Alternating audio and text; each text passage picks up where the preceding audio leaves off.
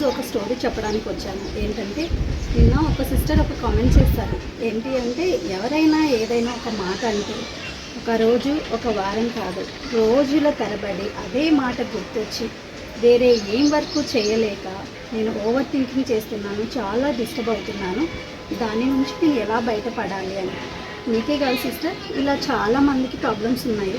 ఎవరైనా ఒక మాట అంటే అన్నవాళ్ళు ఒకేసారి అని వెళ్ళిపోతారు, కానీ మనం మాత్రం పదే పదే వాళ్ళ అన్నదాన్ని గుర్తు చేసుకుంటూ బాధపడిపోతూ ఉన్నాం. అలాంటి వాళ్ళందరి కోసం ఈ వీడియో. ఒక నది ఒడ్డున ఒక సాధువు ఉంటాడు. సాధువు దగ్గరికి కొంతమంది శిష్యులు వస్తారు సన్యాసం పుచ్చుకోవడానికి. సన్యాసంలో కొన్ని నియమాలు ఉంటాయి కదా, పెళ్లి చేసుకోకూడదు, బ్రహ్మచారిగా ఉండాలి, ఇలా కొన్ని నియమాలు ఉంటాయి. ఆ నియమాలు అన్నీ చెప్పి వాళ్ళకి ఎక్స్ప్లెయిన్ చేస్తూ ఉంటాడు. కొన్ని రోజుల తర్వాత వాళ్ళకు చెప్పిన తర్వాత వాళ్ళకు సన్యాసం ఇప్పించడం కోసం వేరే ఊరికి వెళ్ళవలసి వస్తుంది. వేరే ఊరికి వెళ్ళే క్రమంలో వీళ్ళంతా ఒక వాగు దాటవలసి వస్తుంది. వాగు దాటుతూ ఉండగా ఒక ఆవిడ అక్కడికి వచ్చి పరిగెత్తుకుంటూ చాలా టెన్షన్తో అటు ఇటు తిరుగుతూ ఉంటుంది.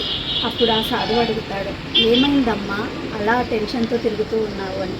అప్పుడు ఆవిడ చెప్తుంది, ఈ వాగు దాటి వెళ్తే టౌన్ వస్తుంది, అక్కడ మా హస్బెండ్ హాస్పిటల్లో ఉన్నారు, నేను అక్కడికి వెళ్ళాలి, కానీ నాకు ఈ వాగుకు ఒక వంతెన ఉంటుంది, ఆ వంతెన మీద వెళ్ళాలి, నాకు దీని మీద వెళ్ళాలి అంటే చాలా భయం, అందుకే నేను భయపడుతున్నాను, ఈ వాగు ఎలా దాటాలి అని.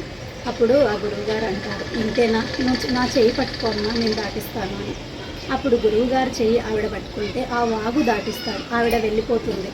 కానీ వెనకాలన్న శిష్యులు మాత్రం గురువుగారిని ఇలా అంటూ ఉంటారు, చూడు, స్త్రీలను తాకకూడదు, చూడకూడదు అని చెప్పాడు మన గురువు, కానీ గురువు మాత్రం ఆడవాళ్ళ చేయి తాకచ్చు, మనం తాకకూడదు, గురువు చేస్తే కరెక్ట్, మనం చేస్తే తప్పు.